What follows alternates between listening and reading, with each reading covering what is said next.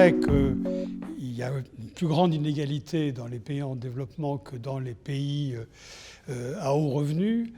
Je prends le pays qui s'est le plus développé sur les 25 ou 30 dernières années, la Chine. L'inégalité en Chine, dans un premier temps, a augmenté de façon absolument considérable. Depuis le début des années 2000, l'inégalité en Chine s'est complètement stabilisée.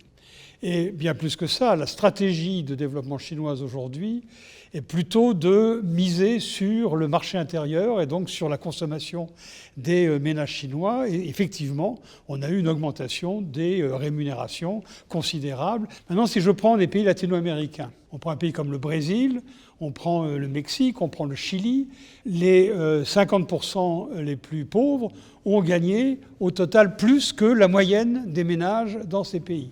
En revanche, il est vrai aussi que les plus riches ont aussi gagné.